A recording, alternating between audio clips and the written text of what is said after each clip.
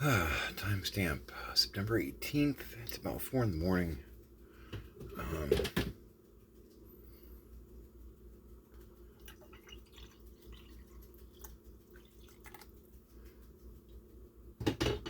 Coffee.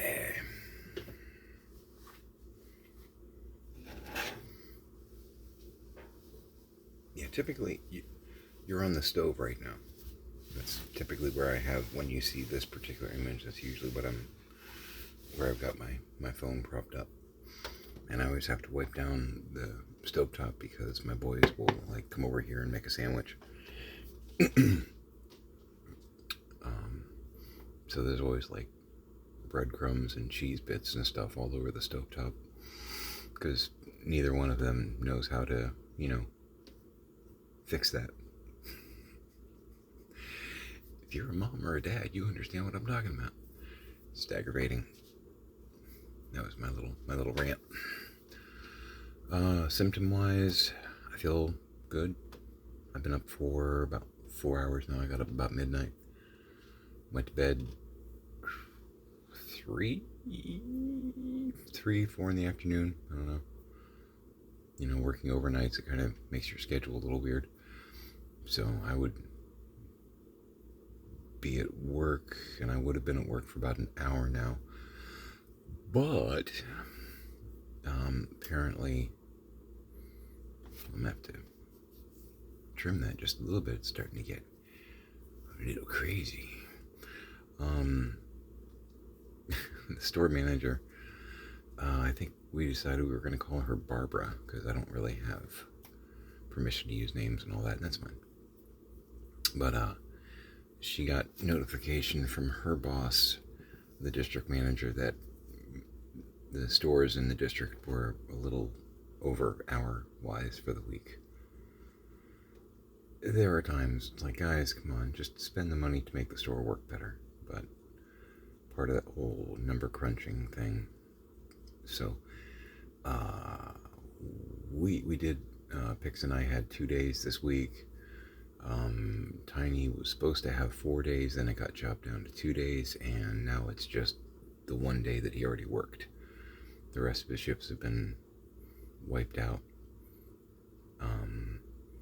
And Alex is going to be there on Saturday to help unload the truck because those are hours they will never remove because it's always hard to get somebody to come in and unload the truck. So those hours are going to be kind of guaranteed because it's the dirty job that no one wants to do. So, there's always room for one more. It's very Haunted Mansion-like in that respect. Hey, Haunted Mansion, I just realized. Doing my voice play hide and seek video mug. Probably my favorite arrangement that they've done. I think it's also called Ding Dong, the whole doorbell thing. And I think it's based on a Korean song. It's creepy. But yeah, they did that song as Haunted Mansion characters, basically, in it's just, check it out, voice play. It's amazing.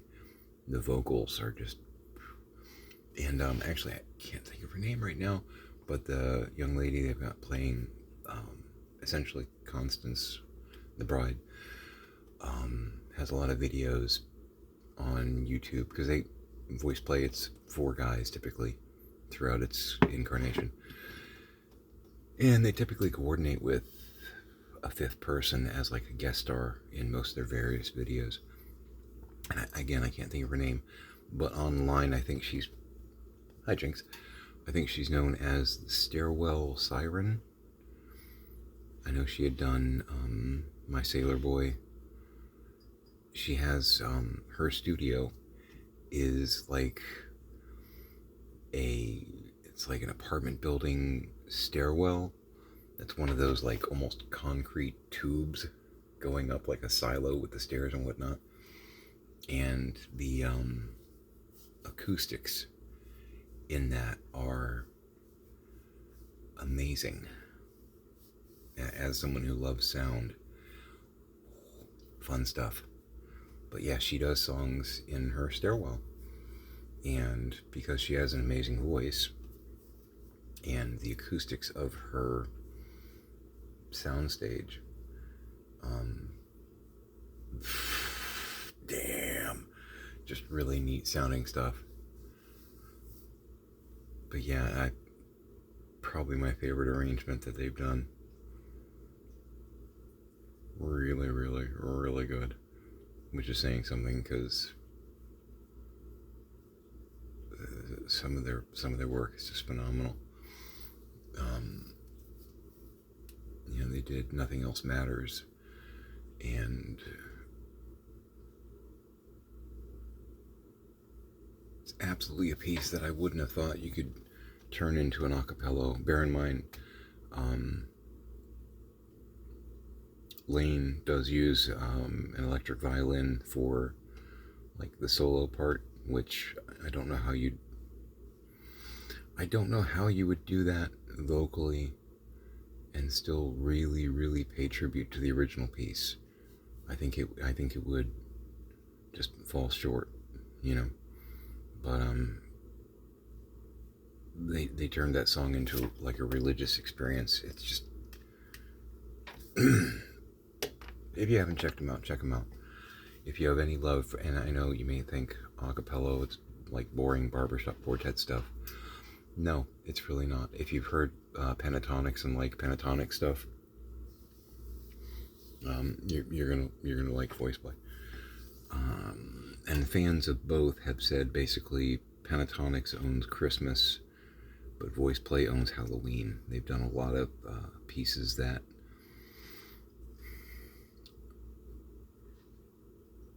work in a Halloween type playlist, I guess would be a good way to put it. Just phenomenal work. Phenomenal work. Check them out. And I've got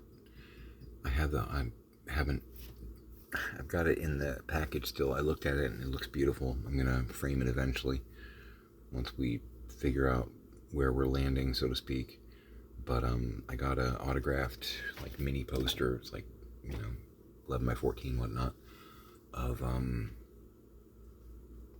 can't think of the song name now. From Princess and the Frog. Friends on the Other Side. Had to like start playing music in my head. And it's better than Disney. I mean, they plussed it. Just that's another one that I really love. But they on their website, their merch and stuff, they'll sell mugs and shirts and autograph like 11 by 14s, stills of some of the different videos they've done over the years. Yeah, I got that one. I wanted to get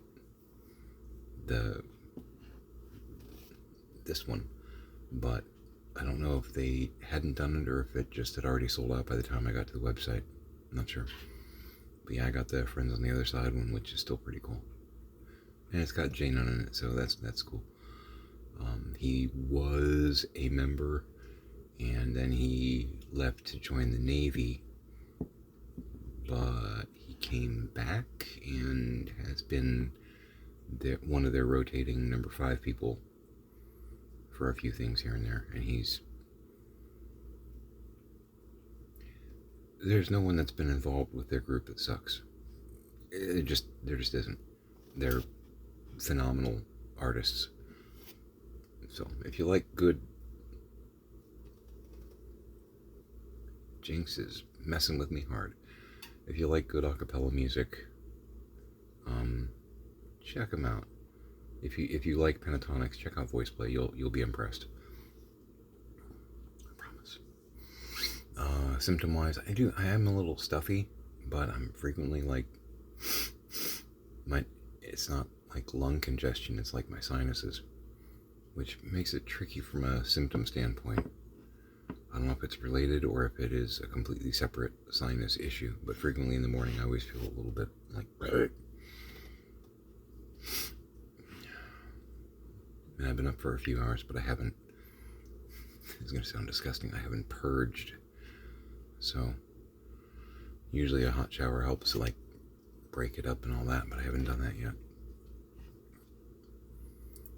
The entire house is pretty much asleep,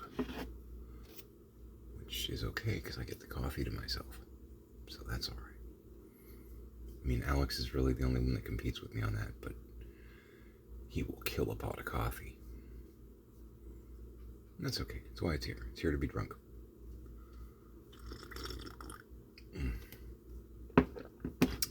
Harry and David vanilla, just really good.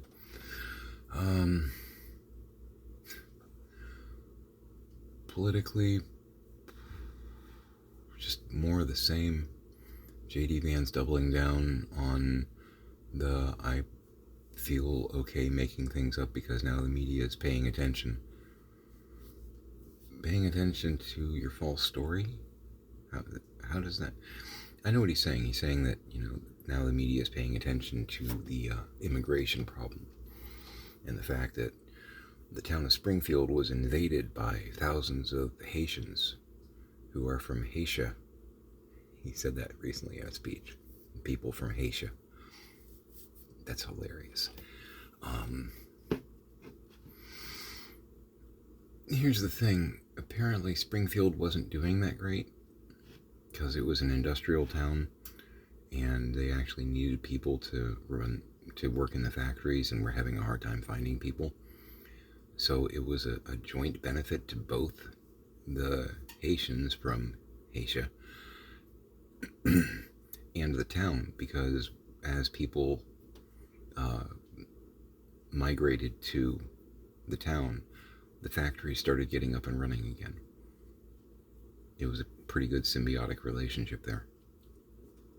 So the idea that they were unwelcome and eating the pets, none of that's accurate. None of it's accurate. And let's be clear. Most of your immigrants, especially the ones that are escaping places on planet Earth that aren't necessarily great to live in, all of y'all know this, but immigrants in that situation are less likely to crime than American citizens. It's true. It's very true. You can look up the stats. And the reason for it is very simple. If they crime, they get sent back. The whole purpose of them coming here was to not be there. So, for the most part, they try and keep their noses out of trouble because they don't want to go back. That was the point of the journey. Whoa, how crazy is that? Yeah, American citizens are more likely to crime than immigrants. That's percentage-wise. You can look it up with like the FBI and all that. As far as like crime stats, it's legit. Blaming that stuff on the immigrants, no, that's not actually a thing. And I know the Congress is trying to push through that whole only citizens can vote thing. It's already a law. It's been a law. They're attempting to push the narrative of illegals or aliens are causing issues with votes, and that's part of why Democrats win where they win. Immigrants are allowed to vote in like some local stuff, but national, federal elections, no. You don't need to pass a law because the law already exists. And they've already confirmed that that wasn't an issue in any election recently. Just like the rampant fraud that didn't happen. If you can't win, cheat, right? Frustrating.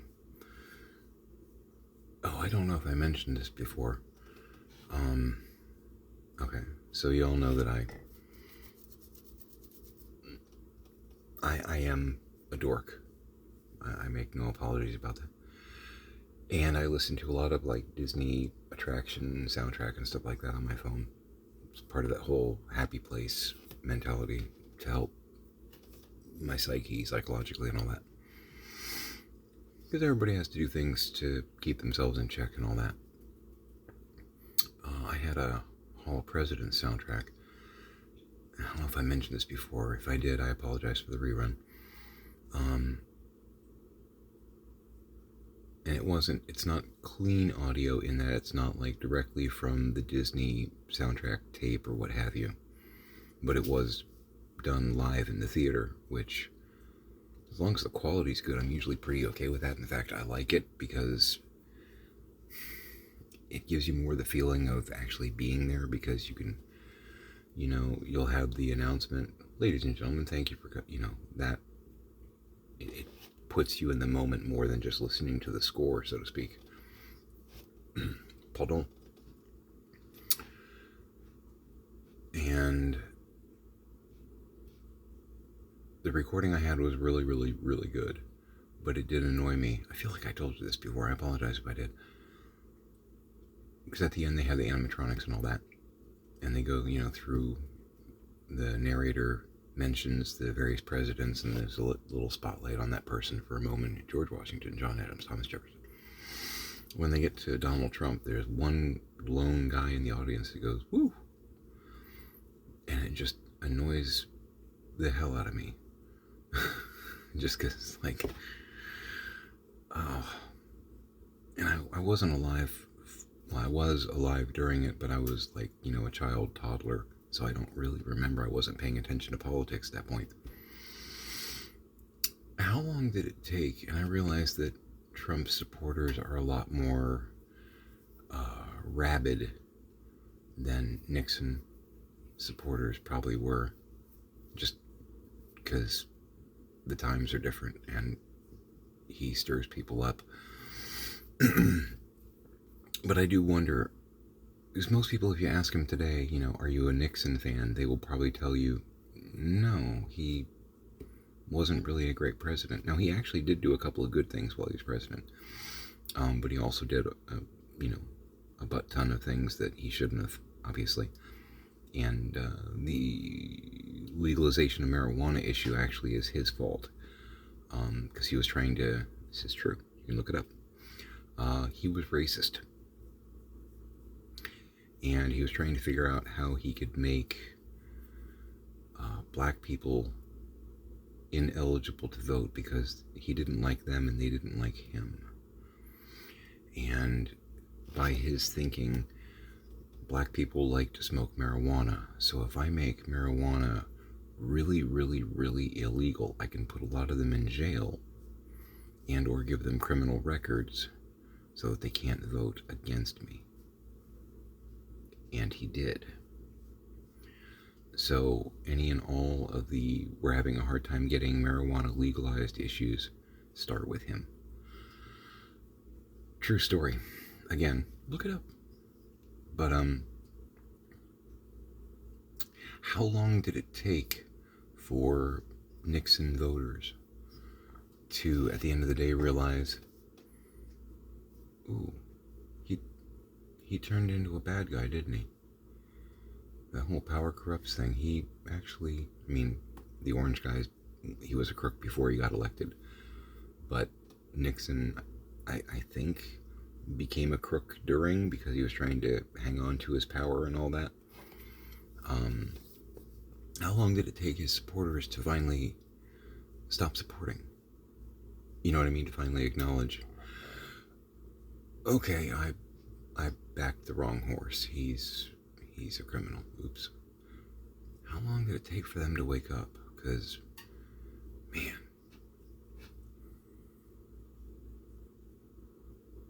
I just don't get it. I'm still investigating the second assassination attempt. It looks like this one might be more legit. I still don't know that I buy the first one. Hell, I don't know that I buy either one. Because it always seems to be that when he's looking like a jackass in the polls and in the media is when one of these things happens. It's like almost convenient, redirecting the narrative. I don't know. But yeah, I found another Hall of Presidents audio, which doesn't have someone whooping when the orange guy's name is mentioned, and the other one, just every time I'd listen to it, I wanted to throw up in my mouth, It's true. And this one, there's someone that almost starts to clap when Barack Obama gets mentioned. You know how, and in church, in a theater, I know that you've seen this before, where something will happen and someone will like clap 2 times or something like that, and then they realize that they're the only numbskull in the audience doing it, and they kind of like, I don't know who did that. It wasn't me, you know. But yeah, somebody does that. Just you hear that little clap, clap. Okay, so that tickles me a little bit because I think Obama. No president's perfect. They've all made some mistakes. They've all done some things, and it's like, oh, why'd you do that? Oh, you sacrificed your morals, or whatever. Oh, why'd you give in to them? But for the most part, more positive than negative. He tried. My main beef with Obama is I feel like he didn't push hard enough. I know he was getting resistance because he's the first black president in a room full of fat white guys. That didn't go over well, which is part of why I think it's great. But there were times I wish he had pushed harder. You know what I mean? And just said, look, I'm president. This is what we're doing. But anyway.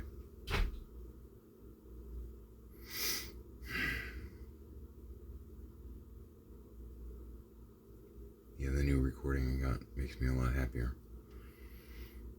Makes me a lot happier. Good stuff. Good stuff. And it's on right before Haunted Mansion in my playlist because you're in Liberty Square at that point. Going with Orlando, not Anaheim. I'm a Florida guy. Don't judge. Not Florida man, that's different. Anyway. Alright, I've yammered on long enough. Yeah, a little bit of stuffiness in the nose, but otherwise, you can draw a breath. No chest tightness, no pain. Oh, still haven't heard from my parents. So probably after sunrise, because, it's 4 in the morning, so they're in their 80s. They might be awake. But I still haven't heard anything from them, and it's been several days now. I gotta call them, because I'm back of my head, I'm tingling, I'm anxious, because I don't know. Because I don't know. It's awesome. So I'll let you know what's going on there when I know. But Pix and I are going to try and get a lot of stuff done around here. We have to go camp out and do some government stuff for some Benny stuff. See if we can get that rolling, which might mean waiting in a waiting room for hours sometime in the near future, which I don't look forward to, but you gotta do what you gotta do. And I'm gonna be doing some eBay. We gotta get more money rolling in, because yikes, hurting. Anywho, all right, make it a great day.